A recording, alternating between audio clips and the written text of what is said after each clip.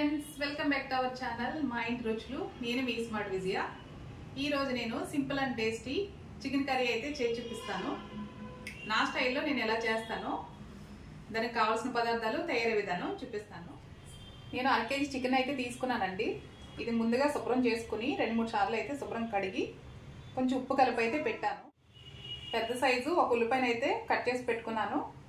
అలాగే 4-5 పచ్చిమిర్చి, 2 టమాటాలు, 1 స్పూన్ అల్లం వెల్లుల్లి పేస్ట్, 4 స్పూన్లు కారం, 1/2 టీ స్పూన్ పసుపు, రుచికి సరిపడా ఉప్పు, మసాలా అండి 1/2 టీ స్పూన్ జీలకర్ర, 1/2 టీ స్పూన్ గసగసాలు, చిన్న కొబ్బరి ముక్క, 2 ఇలాచి, 2 లవంగాలు, చిన్న దాల్చిన చెక్క అయితే తీసుకున్నాను. ఇవన్నీ తర్వాత మిక్సీ పట్టి చూపిస్తాను. తగినంత ఆయిల్, 2 రెబ్బలు కరివేపాకు, కొంచెం కొత్తిమీర. కావాల్సిన పదార్థాలు అయితే చూసాం కదండి. ఇప్పుడు తయారీ విధానం చూపిస్తాను. ముందుగా స్టవ్ వెలిగించుకొని ఒక కడాయిని అయితే పెట్టేసుకుందాము. కడాయి వేడైన తర్వాత కావాల్సిన ఆయిల్ అయితే వేస్తాను.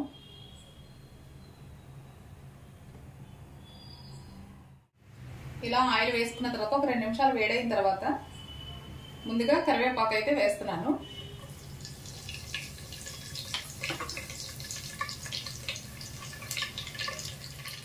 అలాగే ఉల్లిపాయలు, పచ్చిమిర్చి కూడా వేసుకొని మనకి బాగా వేగేంత వరకు వేయించుకోవాలి. మనకు ఒక 2-3 నిమిషాలు అయితే టైం పడుతుంది. ఉల్లిపాయలు బాగా బ్రౌన్ కలర్ అయితే రావాలి. ఉల్లిపాయలు అయితే మనకి బాగా వేగిపోయాయి కదండి.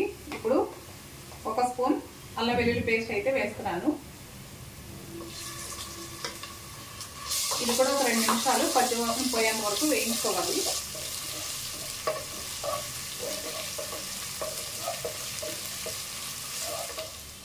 ఇప్పుడు చికెన్ కూడా వేసుకుందాము.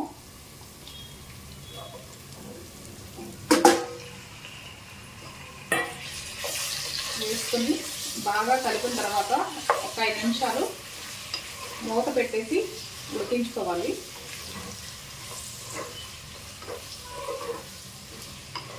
ఉల్లిపాయలు ఈ విధంగా వేగడం వల్ల మనకి ఎక్కడ ఉల్లిపాయ ముక్కలు అనేవి కనిపించకుండా గ్రేవీ అయితే బాగా వస్తుంది.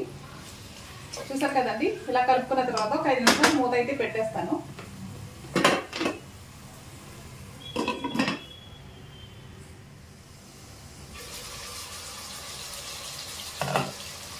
ఐదు నిమిషాలు ఇలా వేగిన తర్వాత ఒకసారి ఇలా కలుపుకొని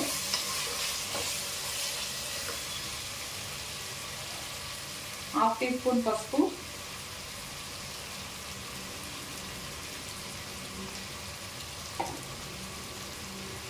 అలాగే 3 స్పూన్ల కారం,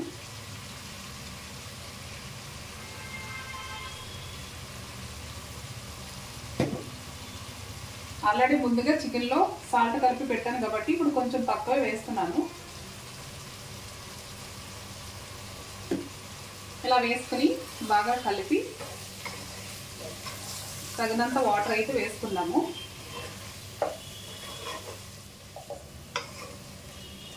ఇలా బాగా కలుపుకొని ఇప్పుడు టమాటా ముక్కలు కూడా వేసి బాగా మగ్గనివ్వాలి.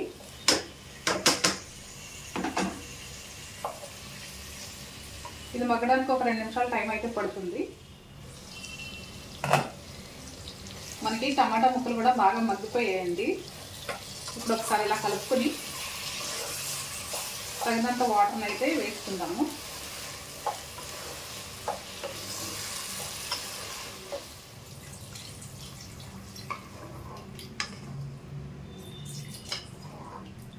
ఇలా వాటర్ వేసుకుని మళ్ళీ మూత పెట్టేసుకుని ఒక 15 మినిట్స్ అయితే ఉడికించుకోవాలి.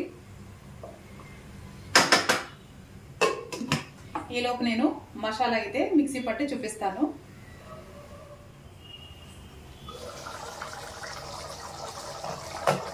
కర్రీ అయితే మనకి దగ్గరకు వస్తుందండి. ఇప్పుడు చివరిగా మసాలా అయితే వేసుకుందాము. ఇలా మసాలా వేసుకున్న తర్వాత బాగా కలుపుకొని మరొక 5 నిమిషాలు అయితే ఉడికించుకోవాలి. చివరిగా కొత్తిమీర కూడా వేసుకుందాము. వేసుకుని ఒక 2 నిమిషాలు ఉంచుకుని స్టవ్ అయితే ఆఫ్ చేసేసుకుని ఒక బౌల్లోకి అయితే తీసి చూపిస్తానండి. చూసారు కదండి, యమ్మీ యమ్మీ చికెన్ కర్రీ అయితే రెడీ అయిపోయింది. తప్పకుండా ఈ రెసిపీ మీరు కూడా ట్రై చేయండి. ట్రై చేసి ఎలా వచ్చిందో నాకు కామెంట్ చేయండి.